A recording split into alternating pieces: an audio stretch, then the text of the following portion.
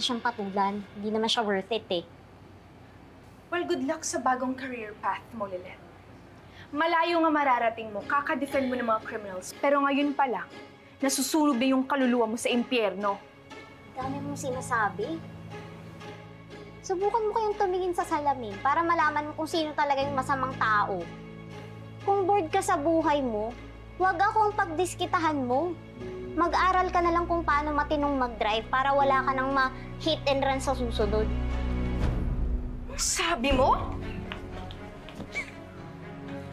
Hoy! Ada, that's enough! I won't let that little person belittle me! Bakit ka kasi napipigil sa mga pasaring niya? Totoo ba? Kung malis ang konsensya mo, hayaan mo siya.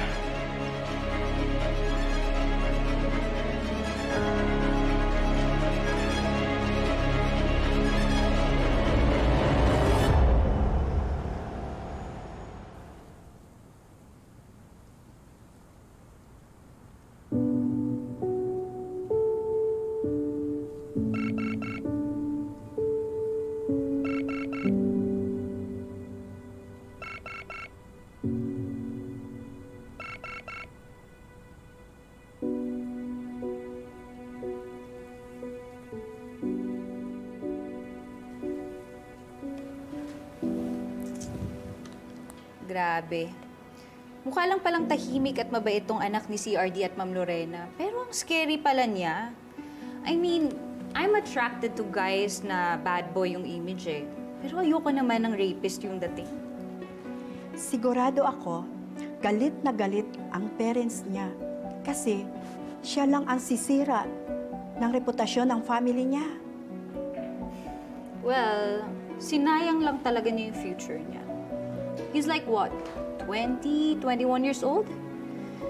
Pag nagkaganon, I'm sure, sa kulungan na siya tatanda. Excuse me, wala ba kayong mga trabaho? Bakit puro chismis yung inaatupag nyo?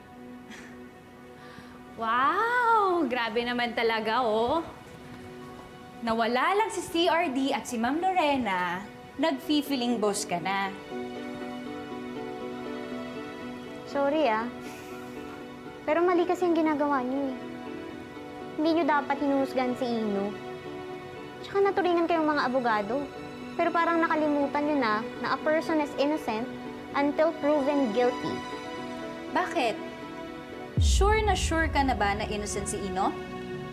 Lilet, nakita mo ba yung itsura ng girl na nag-a-accuse kay Ino?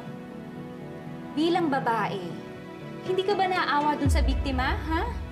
I mean, sino bang babae in her right mind ang ipagsisigawan sa buong mundo na nadungisan yung pagkababae niya?